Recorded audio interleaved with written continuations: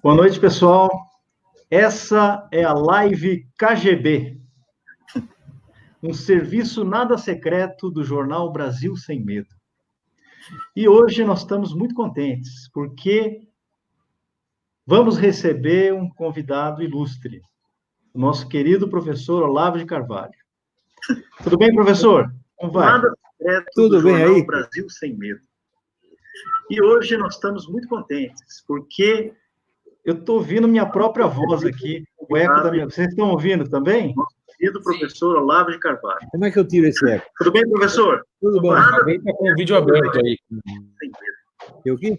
E hoje nós estamos muito contentes, porque eu estou ouvindo minha própria voz.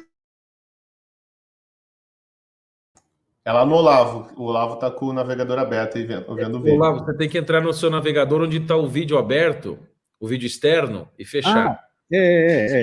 Fechou? Pronto, acabou. Tá tudo Beleza. bem. Vamos de novo. Vamos fazer de novo. Faz De novo. Tenha paciência.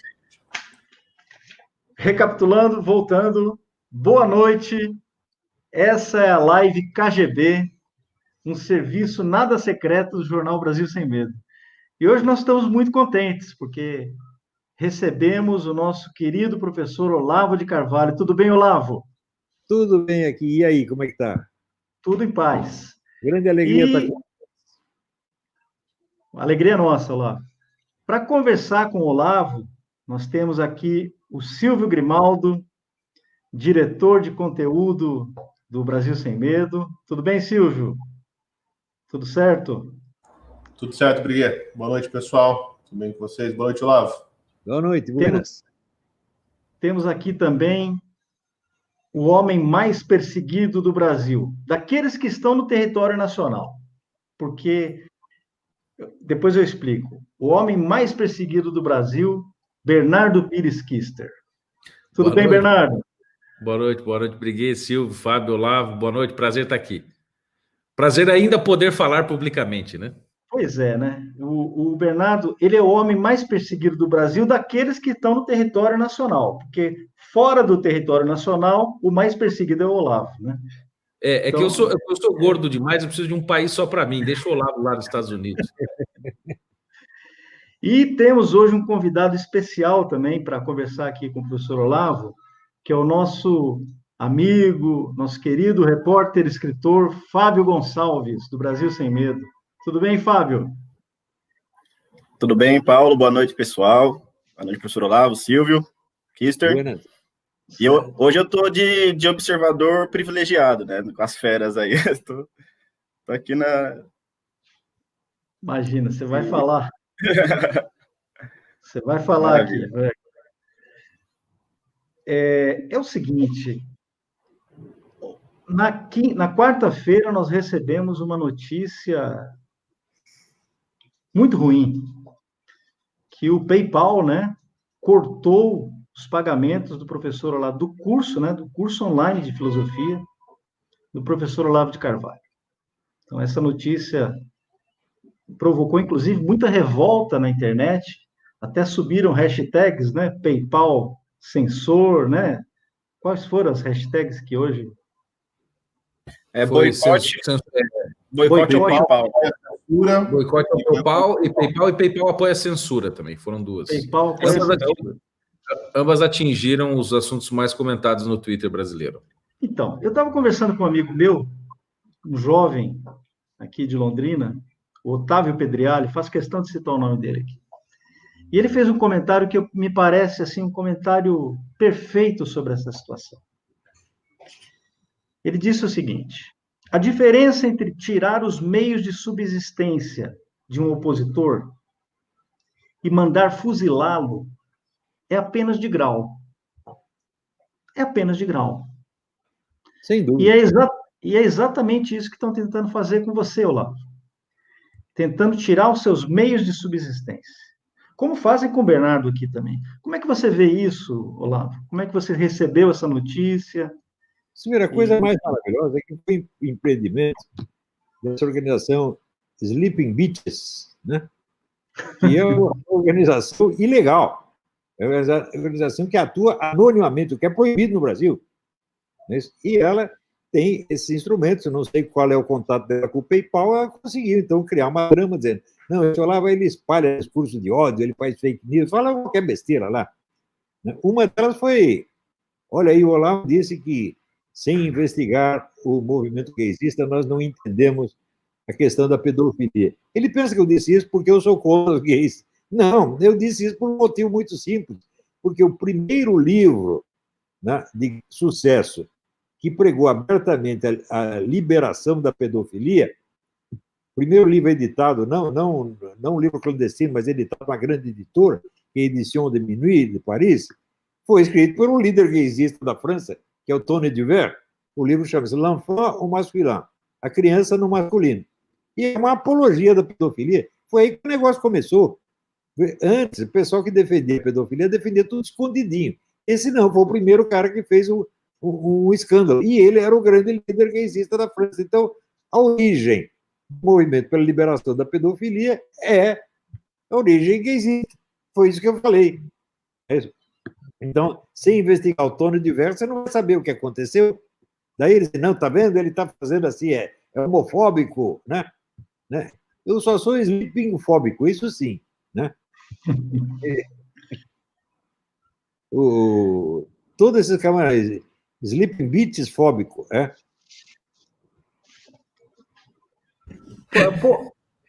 Pouco a pouco, Olavo, parece que o olavismo aqui no Brasil está se tornando o único crime do país.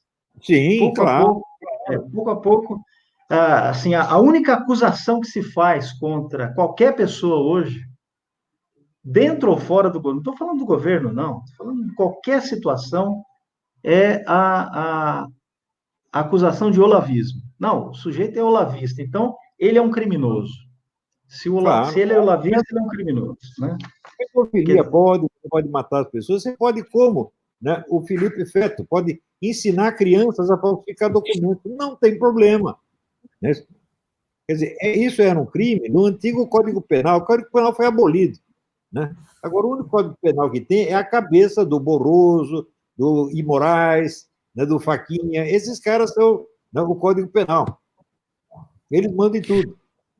E agora, o pior é o seguinte, saiu o presidente dizendo que as Forças Armadas defendem a liberdade do brasileiro, o que, óbvio, é mentira. As Forças Armadas não defendeu a liberdade de ninguém. Ao contrário, no mesmo dia que a gente está vendo essa perseguição, aparece o vice-presidente, o senhor Mourão, trocando beijinho lá com o Aldo Rebelo, que é o homem do Foro em São Paulo. E mais ainda, isso é transmitido por uma emissora chamada FSB, o mesmo nome do Serviço Secreto Soviético, homenagem. Pertencente ao sujeito, é um comunista histórico. E, como a Força Armada nos protege, esses generais, eles estão cagando para nós. Eles querem saber o seguinte, de emprego público para aumentar o seu orçamento doméstico. Você vê, nós nos sacrificamos para eleger o Bolsonaro, para apoiá-lo, para defendê-lo. Os generais não fizeram nada, absolutamente nada para defender. O que eles fizeram foi pedir emprego público e ele deu emprego público para todo mundo. Quer dizer, dobrou o orçamento doméstico de muito quanto é general, né? Tudo quanto é general. Então, eles estão lá instalados no governo, tá bom, eles não querem encrenca, não querem brigar com ninguém, tá certo? Só pode brigar comigo, assim, eles são valentes para juntar 1000 contra 1. Ô, rapaz, os generais se sentem tão heróicos, né? Sai um, grita pro outro, vamos lá combater o lado que é selva! Tá? Pô, que gente é essa? Que gente vai produzir? É ridícula. Vocês são ridículos, os generais de merda. Hein? Se tivesse guerra com a Venezuela acaba com o Brasil em 5 minutos, porra. Cuba, então, nem se fala. Mas o exército brasileiro perde o exército cubano, estão brincando.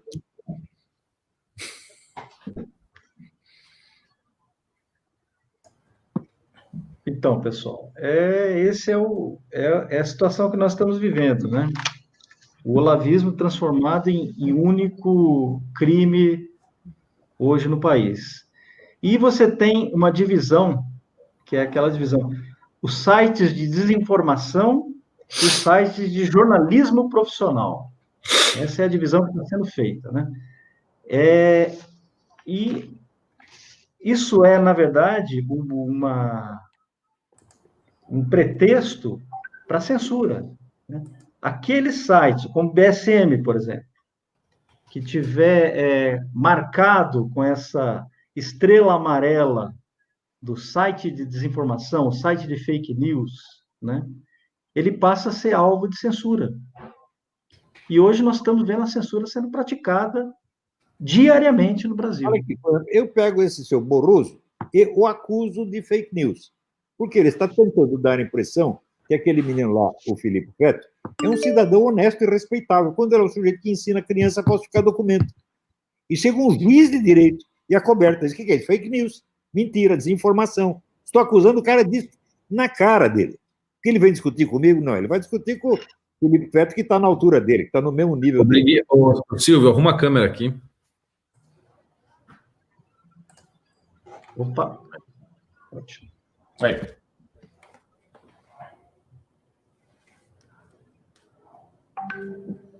Você estava falando do Barroso, né? Do Borroso. Barroso, é. Então. Então, Ele próprio.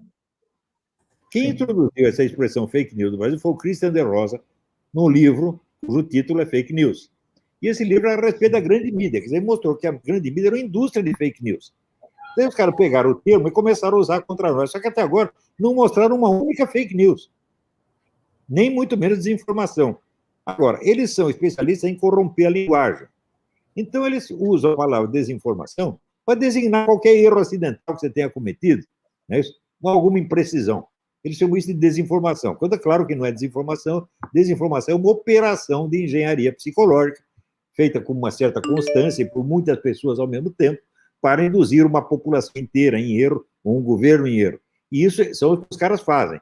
O seu Barroso vive de desinformação. Ele já foi advogado do PT, do Zé Dirceu, tá certo? Ele está enganando todo mundo faz muito tempo. Quer dizer, esse é um especialista em desinformação. Todos os juízes do STF, praticamente todos são assim, tá certo? São mentirosos profissionais, né?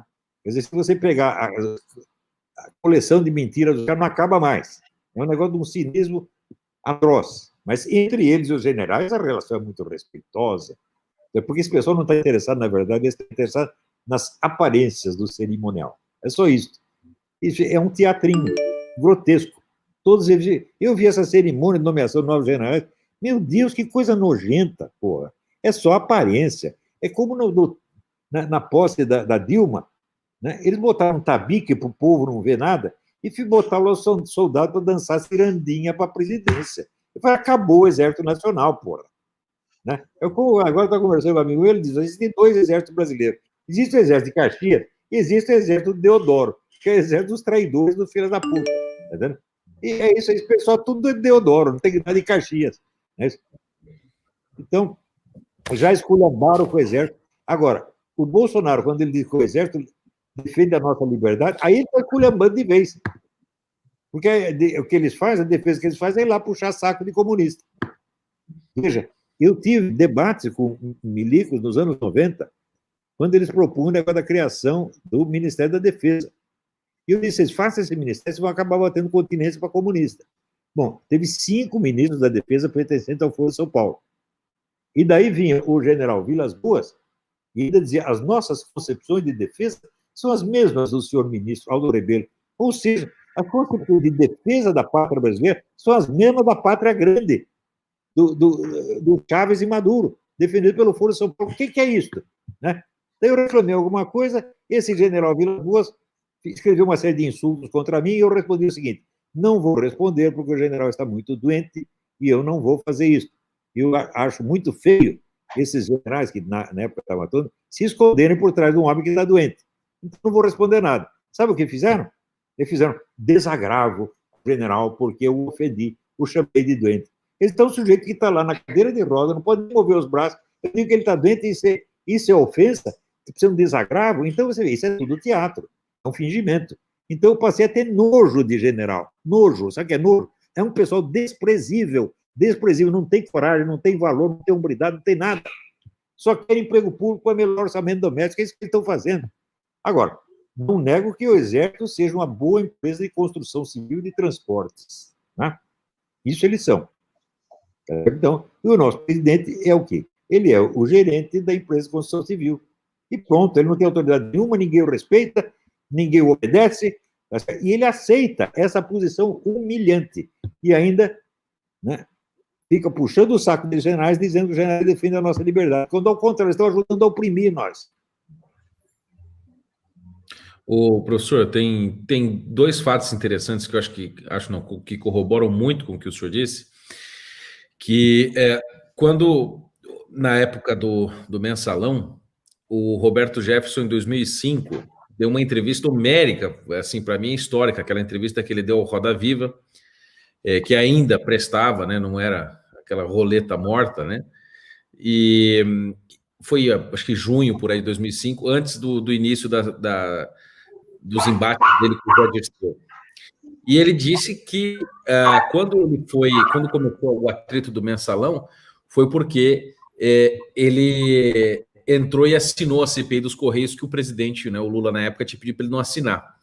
E o Zé Dirceu foi lá tentar fazer uma negociata com ele não aceitou a negociata do Zé Dirceu, ele disse que na semana seguinte o noticiário do Brasil inteiro recrudesceu e começou a bater no Roberto Jefferson, com aquela acusação de que ele tinha recebido 3 mil reais do Correio, que era mentira, o próprio cara negou depois. E aí ele foi se informar de quem tinha produzido aquelas informações contra ele, e soltado na mídia, produzido aqueles dossiês. Quem tinha sido? O Zé Dirceu. Quem tinha produzido todas essas informações? A ABIN, ou seja, toda a milicada da ABIN trabalhando para o Zé Dirceu para produzir dossiês para o governo, ou seja, de 4 do governo petista. E o segundo fato, que é bizarro, que saiu na Veja, muita gente esqueceu, que em 2002, isso foi capa da Veja, em 2002, bem na metade do ano, não, minto, 2002, perto da eleição, um pouco antes do Lula ganhar, um pouco antes de outubro, saiu do meio da inteligência da ABIN, e isso a Veja reportou, a ABIN nunca negou isso, que o Exército Brasileiro e a Agência Brasileira de Inteligências tinham 6 documentos que provavam a relação direta entre o PT e as Farc e o Foro de São Paulo. Eles tinham esses 6 documentos que provavam isso. O que acontece? O PT ganha a eleição. O que eles fazem? Nada. Eles colocam o general Azevedo no governo e o general, como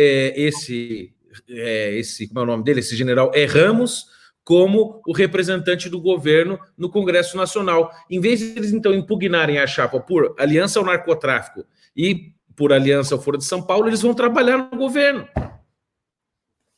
Quer dizer, a sujeira é muito mais do que o pessoal consegue imaginar. Inclusive sujeira nas Forças Armadas. Prevaricação. Está cheio de traidores, de prevaricadores, cheio. Esse pessoal não vale absolutamente nada. Por que nenhum deles vem discutir comigo? Porque sabe que eu vou desmoralizar. Então, o que ele faz? Faz fofoca de mim pelas costas. Eu não duvido que tenha general ajudando esse pessoal do Sleeping Beaches. Tá certo? Porque tem raivinha, porque eu os humilhei. Né? Humilharei de novo, porque vocês merecem. Quero ver um desses vir frente a frente falar comigo. Não vem. E fica se fazendo importante, né? Mostra, não vou me rebaixar a conversar com esse homem. O que vem de baixo não me atinge. Né? O cara tá lá, o cara com a bunda toda mordida de formiga, dizendo que vem de baixo não me atinge. Pô, é bom conversar com o Rebelo, né? Pois é. É o Alvin Olavo, Rebelo, né?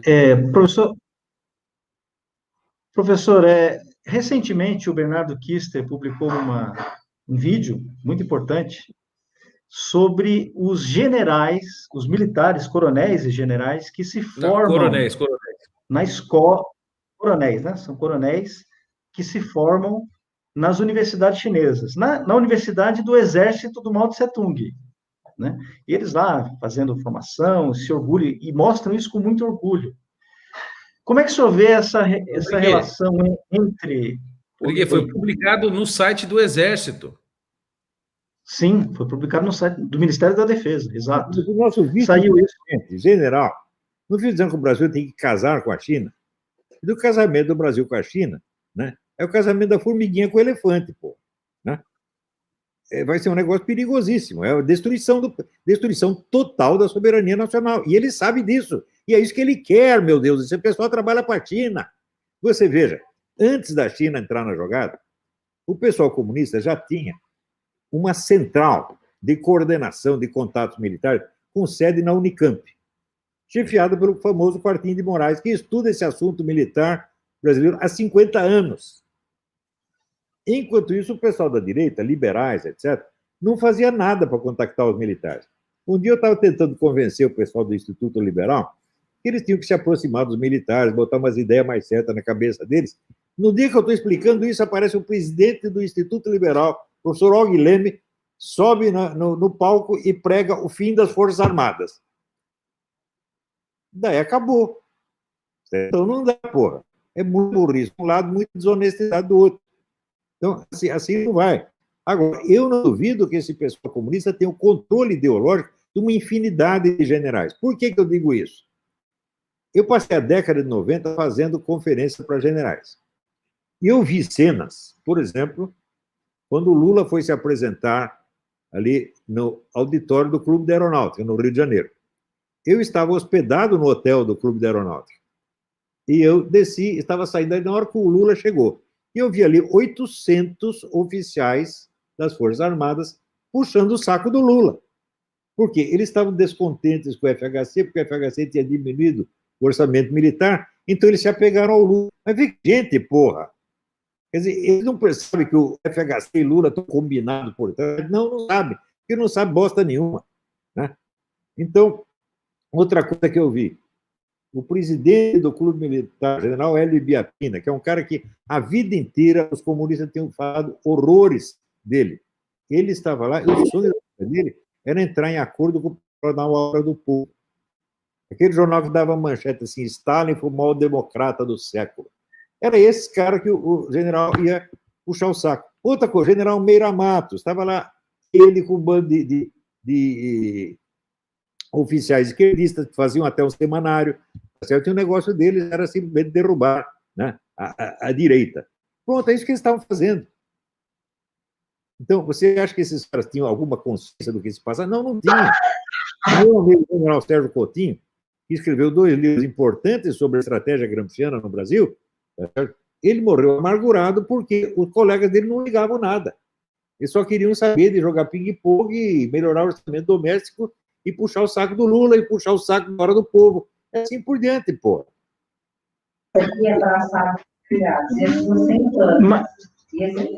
Mas Olavo, quais são as raízes... Quem está falando? Alô? É a mulher do Olavo? que está dando bronca nele?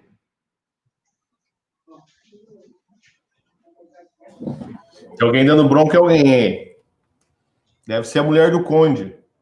É a mulher do Conde, rapaz. Ela fugiu para cá, não aguentou o cara. São os imperativos domésticos de alguém aí.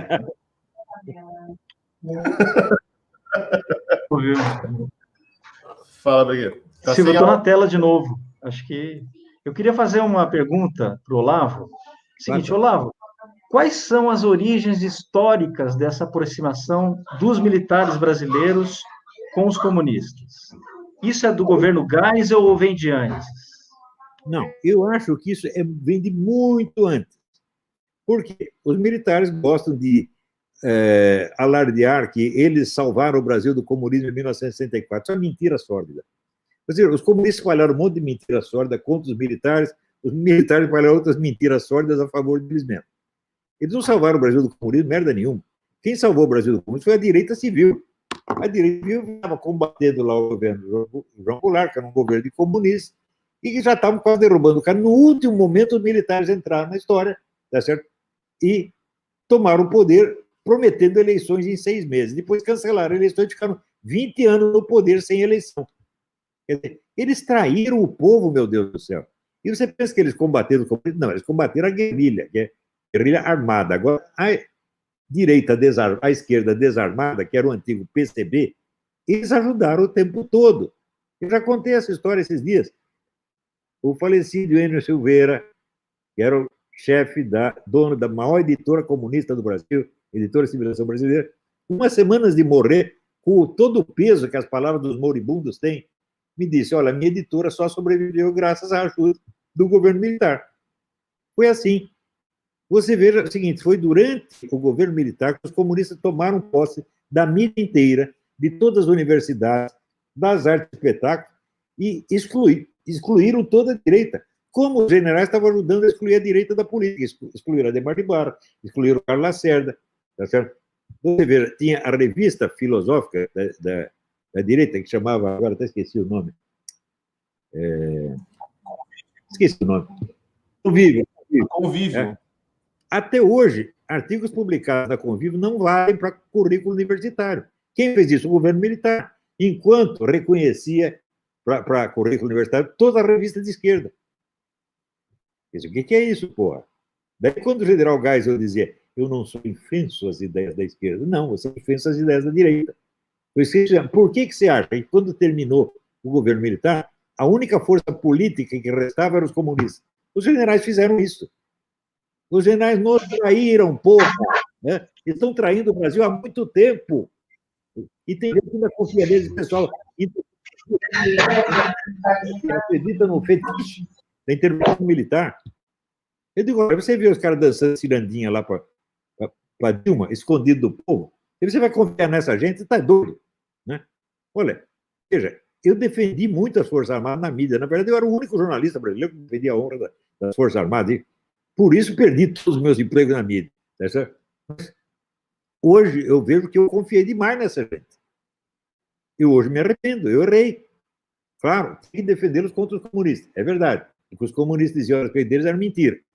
Mas eles também mentiam a seu próprio favor. Então, nós temos que escolher entre duas mentiras. Você tem a mentira comunista e tem a mentira militar. É assim que se faz história no Brasil? Quer dizer, tudo uma questão de tomar partido, defender a sua turminha?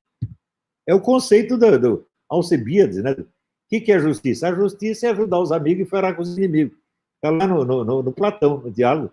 Eles perguntam para o Alcebiades que é um cara ricaço, ele diz isso, justiça é favorecer os amigos e ferrar com os inimigos. Então, será que é assim que nós vamos... Isso é que é justiça, isso que é ciência, isso que é verdade no Brasil? Essa merda tem que acabar, porra. Nós temos que começar a ser sinceros e dizer a verdade. E quando o erro foi nosso, você tem que confessar. Eu confesso o erro que eu fiz no começo da minha vida. Eu ajudei os comunistas a montar o seu esquema de poder na mídia. Ajudei pra caralho. Todo dia mesmo lembrei. Botei muita gente dentro do comunismo, inclusive meu amigo Sérgio Sister, que entrou, foi pra guerrilha e morreu. Eu tenho culpa disso. Não foi eu que matei ele, mas ajudei ele a morrer. É isso. A gente tem que confessar. Esse milico, enquanto eles não confessarem que eles ajudaram os comunistas, fingindo livrar o Brasil do comunismo, enquanto eles não confessarem a verdade, não confio mais neles, não.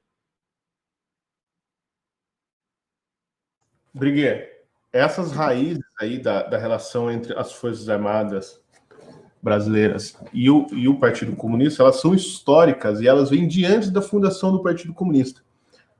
Na verdade, a maneira como eu vejo, elas estão na base do problema todo da República, justamente essa relação entre comunistas e militares. Quem estudou essa história, tintim por tintim, do lado de lá, foi como o Lavo falou, o Coutinho de Moraes. Tem 3 livrinhos aqui que todo mundo precisa ler para entender isso aí. É isso mesmo. A Esquerda Militar no Brasil. Isso. Né, que vai aqui do golpe da República até a guerrilha dos tenentes na década de 20. O segundo volume, A Esquerda Militar no Brasil, da coluna, Prestes até a Comuna, de 35. E depois um volume bem fininho, que chama Tutela Militar, onde ele e outros intelectuais marxistas discutem as relações da tutela militar, né, dos militares tutelando a política dos civis, já depois do governo do Getúlio Vargas. A gente não pode esquecer que grande parte dos fundadores do Partido Comunista em 22 eram remanescentes dos movimentos tenentistas. Né? Eram os próprios tenentes. E gente importante do partido tinha vindo das alas militares, como o próprio Prestes. Né? O próprio Carlos Prestes, que foi o comunista mais importante do Brasil, era um militar de formação positivista. Acho que o Prestes nunca deve ter sido marxista na vida. Né? Também tem outra coisa. A maioria desses generais é tudo maçom. Maçom não mexe com outro maçom, é tudo irmãozinho. Então tem lá um que diz que é da direita, outro diz que é da esquerda, estão lá trocando um beijinho, um está ajudando o outro, pô. Então, quer dizer, eu não estou combatendo aqui a maçonaria, eu estou dizendo que é o seguinte, se 2 caras são maçons, eles não vão brigar. Quando briga é para matar, aí sim. Né? Só quando o negócio chega na última instância, daí um maçom mata outro maçom, né? E esconde. Né? Mas discussão entre maçons eu não confio. Só eles sabem o que eles estão falando. Eu estou de fora, não sei. Nós nunca vamos saber. Então, também nós dependemos de que os maçons sejam sinceros e contem o que eles sabem. Já houve maçons que fizeram isso, muitas vezes fizeram, né? Você vê, eu não tenho preconceito contra ninguém. Esses dias eu estava lendo o livro do maior historiador pró-maçom do mundo, que se chama Angel Miller, né? E o maior historiador anti-maçom, que é o João Lianet. Eu estava lendo os dois, estou gostando dos dois. Um fala a favor, outro fala contra, mas eles estão contando o que eles sabem, pô. E nós precisamos disso. Exatamente. Só para lembrar um exemplo aqui, Briguet. Quando você fala...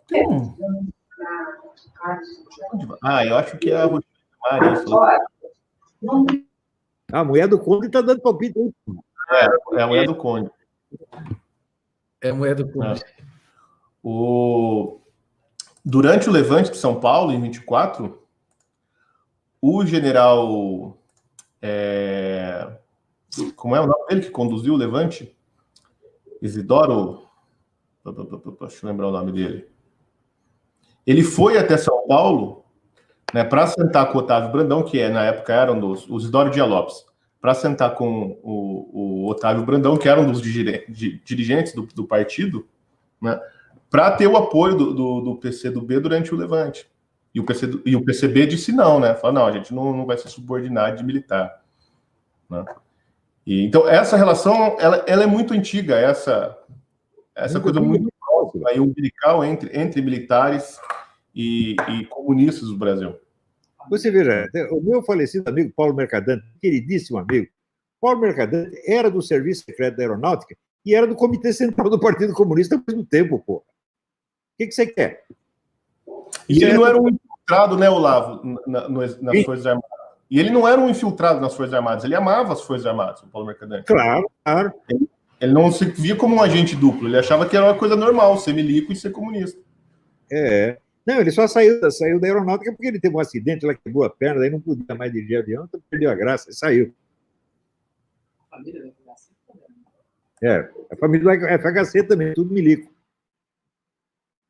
Então vamos fazer as contas. Quantos generais comunistas tem no Exército hoje? Nós vamos saber? Vamos saber daqui 20 ou 30 anos.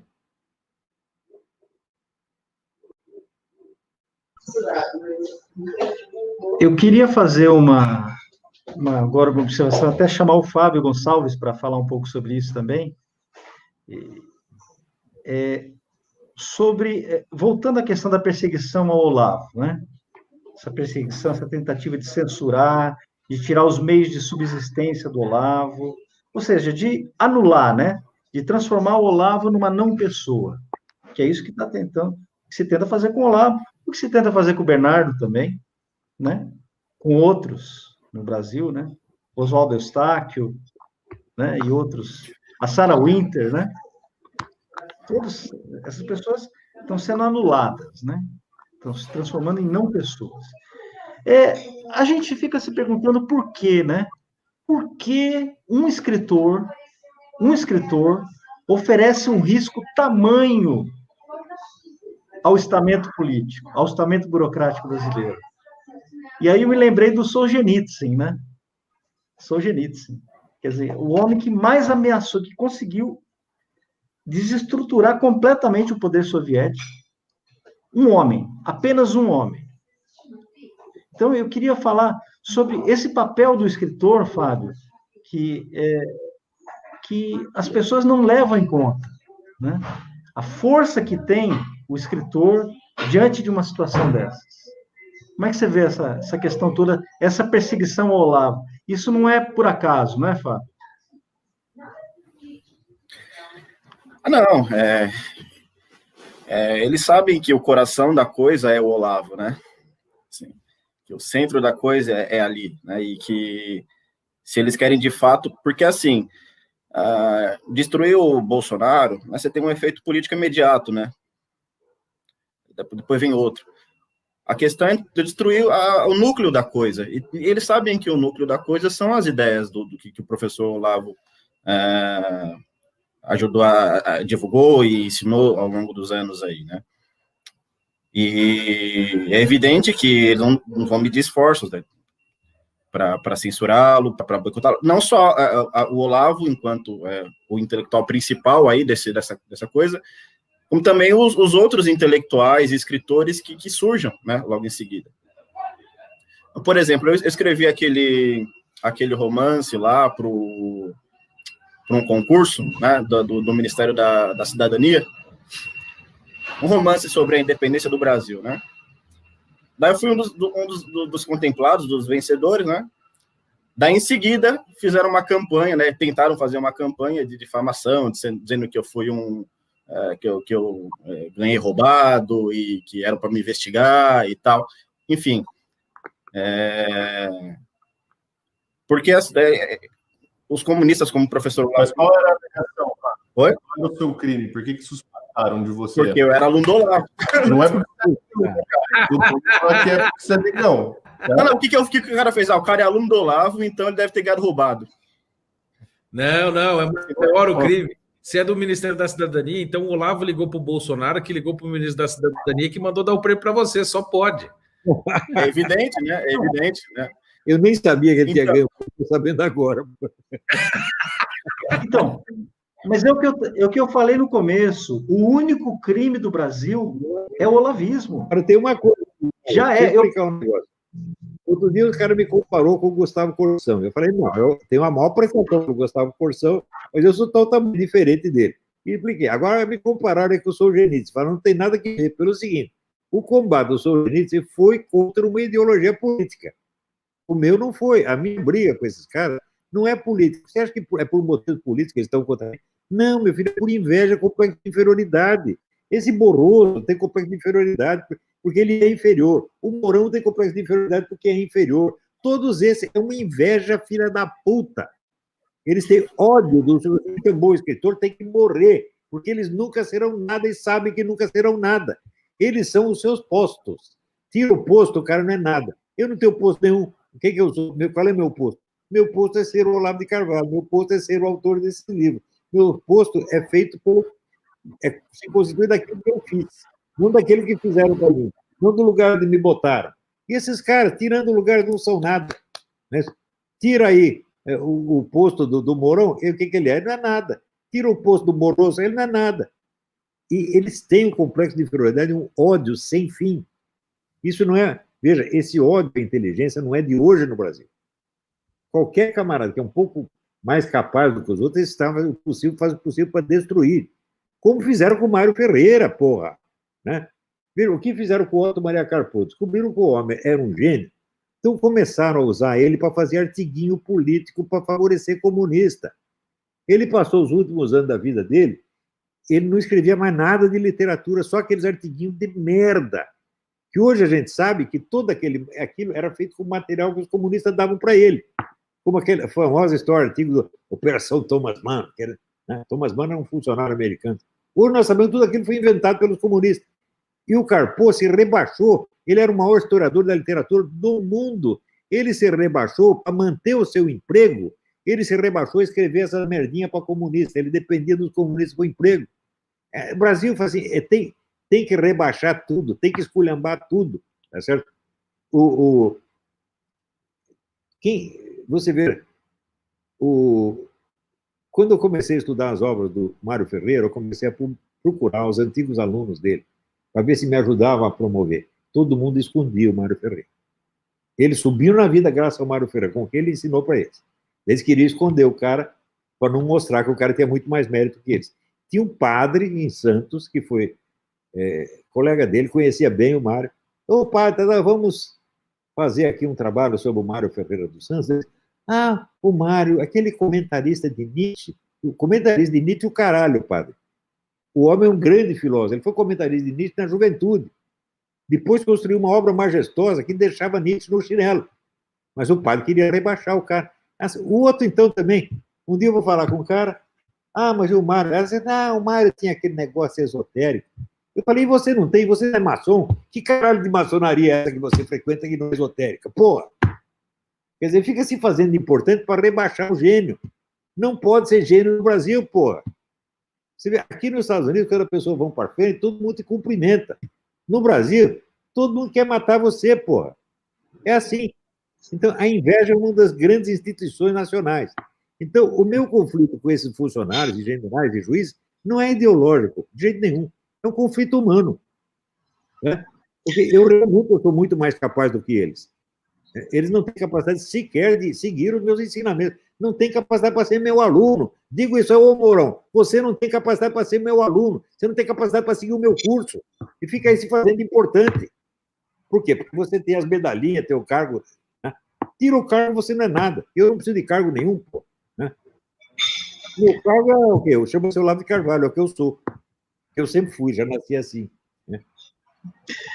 O sucesso no Brasil é um insulto pessoal, né? Isso o Tom Jobim... É um insulto pessoal, é insulto pessoal. Não só o sucesso, é capacidade. Você não pode nem fazer sucesso. Se eles descobrem que você tem capacidade, eles já querem liquidar você. Como Professor, é, o que eu vejo também que incomoda muitas pessoas é que o senhor não só é essa personalidade independente, com força e autonomia para sobreviver, tanto dentro quanto fora do sistema, que o senhor sobreviveu nas grandes redações, né, trabalhou no Globo e tudo mais, depois que eles te chutaram, o senhor ficou maior ainda. Né? Quando percebe que você tem capacidade, você está ferrado. Em geral, não percebe. O Murilo Felisberto, que foi diretor do Jornal da Tarde quando eu trabalhava lá, um dia ele encontrou o nosso amigo comum, Zé Carlos Baravil, e falou: Baravil, eu sou um decadente. Por quê? Né? Todo mundo sabe que você é um cara de muito talento. Tá? Não, eu sou uma besta quadrada. Está lá no Jornal da Tarde, eu estava do lado de um gênio e não percebi. Era eu. Quer dizer, ele não fez nada de mal contra mim porque ele não percebeu que eu tinha alguma capacidade. Se percebesse, eu estava ferrado. E sempre foi assim. Então, e aí o senhor tem essa personalidade que o senhor mesmo desenvolveu, com muito esforço, e o que essa gente não suporta é que o senhor está conseguindo reproduzir esse modelo com seus alunos, o senhor está dando independência. Né? Tem aquele famoso texto que o senhor falou. Inteligência, não, ele queria criar um movimento conservador. Um movimento conservador, caralho. Eu queria criar uma pleiade de gênios e estou criando. Tá aí esse menino, Fábio Gonçalves, você já leu o que esse cara escreve? É maravilhoso, porra. Né? Eu botei ele para frente e ele está indo muito bem. Essa semente que eu plantei cresceu, virou o Fábio Gonçalves, tem muita gente mais. Vocês todos são exemplos disso, pô. E tem mais gente, o pessoal do Instituto Borborema, tem o Ronald Robson, tem o Fábio Salgado de Carvalho. Estou muito orgulhoso dos meus alunos, porra. Quer dizer, eu sou um professor de sucesso. O professor não vira sucesso pelo dinheiro que ele ganhou, mas pelo número de alunos, né, que ele ajudou a criar.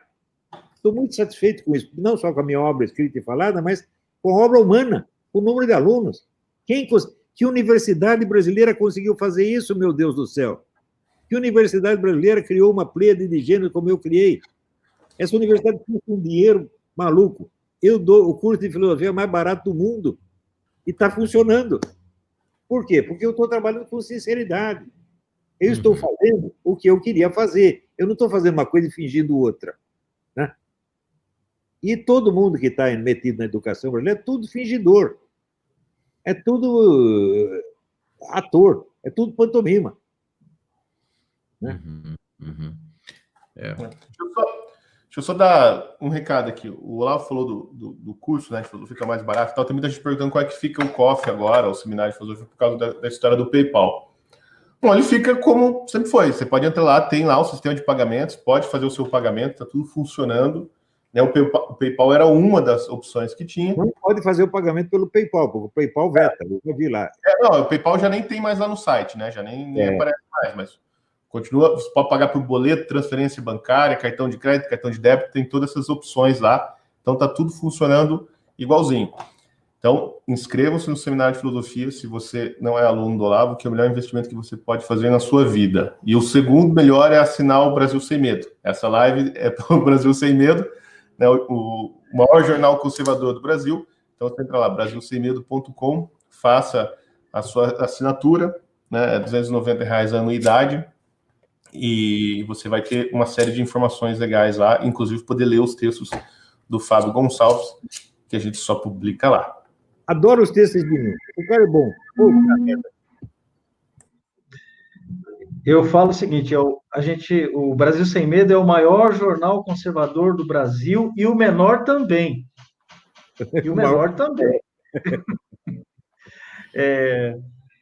Olavo, eu queria voltar no Solzhenitsyn, viu? Porque que eu tenho uma passagem daquele grande escritor romeno, Nikolai Steinhardt, que ele fala do modelo existencial do Solzhenitsyn, né? Que está no arquipélago Gulag. Em determinado momento ele fala: a partir de agora, eu sou um homem morto. Eu não existo mais.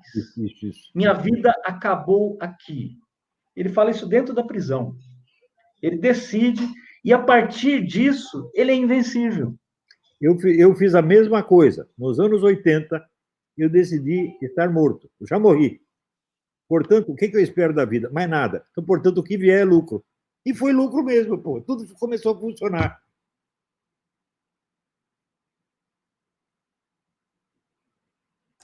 Então, o cara assim, ó, quiser me matar, pode matar. O que eu tinha que escrever, já escrevi. Né? Depois de morto, eu vou assombrar as suas noites muito mais do que assombro agora. Eu tenho um monte de livro que eu escrevi que não foi publicado ainda.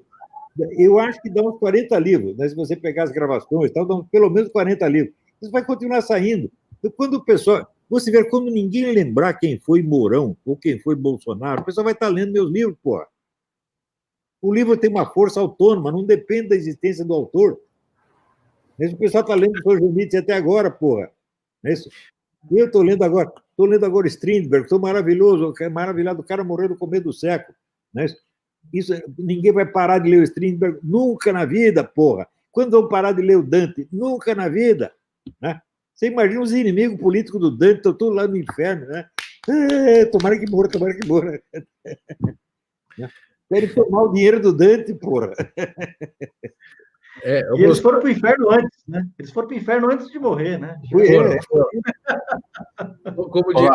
Como diria minha avó, é só levantar os braços para cima, esperar Deus puxar e tocar My Way. Né?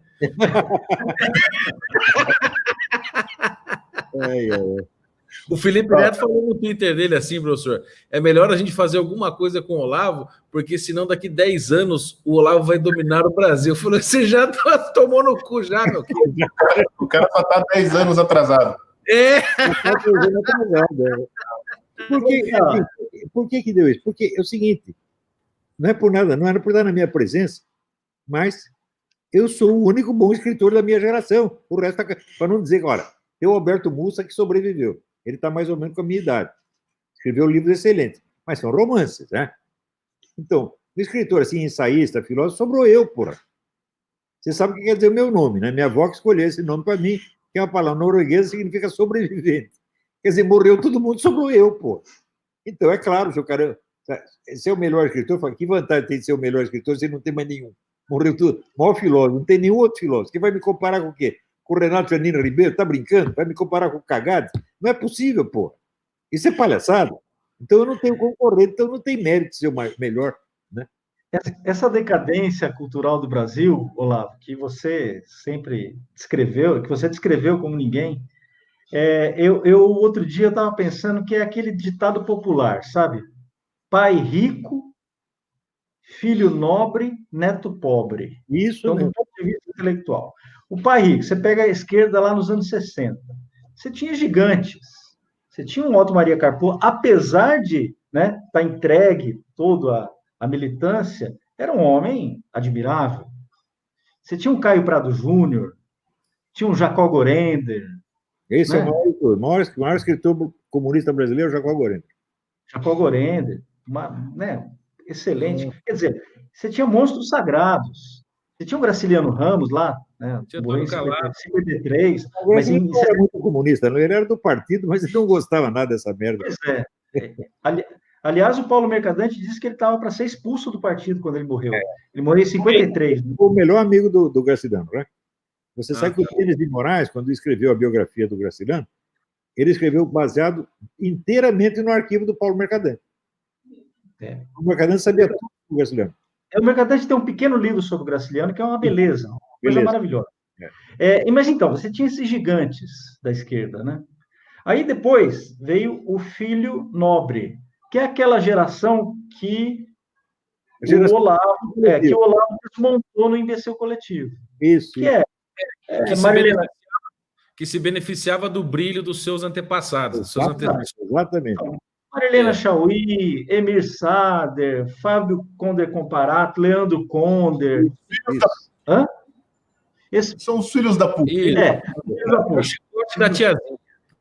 Pois é, mas pelo menos ainda era possível chamá-los de intelectuais. Claro. Né? Eles tinham um certo verniz, pelo menos dá para chamar de intelectual. Agora a gente vive a fase do neto pobre. Sem dúvida. Quer dizer, quem que eles chamam para conversar? Quem que hoje o poder está elegendo como intelectual? É o Felipe Neto, é a Anitta. Isso, Felipe Feto. Aquele negócio, todo mundo um enfiando o dedo no cu do outro e dizendo que isso é arte, porra. Né? São esses caras que hoje são então eles representam mesmo com uma absoluta clareza a decadência, assim, o fim da cultura brasileira. Como é que é o nome daquela mulher lá que falava que tem a lógica no assalto? A Márcia Tiburi? Márcia Tiburi. Que fala que o cu é maravilhoso, né? Márcia que burra, Então, o Gregório do Viver, né? Nossa Senhora. Então, são esses os intelectuais. A decadência já foi, agora é morte. Você imagina o Gorender conversando com a Márcia Tiburi. Não dá, o Gorender conversava comigo. Comigo dava para ele conversar. Com esses caras não dá, porra. Né? O Gorender eu gostava muito dele, viu? Não, ele é muito bom. E outro grande intelectual comunista, infelizmente não escrevia, o Nabucco Aires de Brito. Não deixou nenhum livro. Mas foi um dos homens mais inteligentes que eu conheci na minha vida. Era um cara que foi do Comitê Central, comunista histórico, né? Sim, esqueceu do Giraldelli. É verdade. É o pau no bunda dele. Não, esse é incrível. Você sabe a história da bunda do Paulo Giraldelli, né? Conta para o pessoal aí, professor. Clássica, rapaz. Que ele publicou uma foto que estava a mulher dele pelada e na frente uma bunda peluda de homem.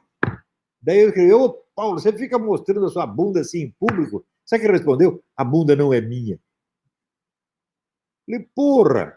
Então quem estava aí pela boca da sua mulher, porra? Né? Ele nunca respondeu, nunca explicou. Mas ele sumiu com a foto, é verdade. Era o pessoal está perguntando aí onde compra os livros do Quartinho de Moraes que eu indiquei. Deixa eu só explicar uma coisa. Eles são mal escritos pra caramba. O Quartinho de Moraes é um péssimo escritor, assim.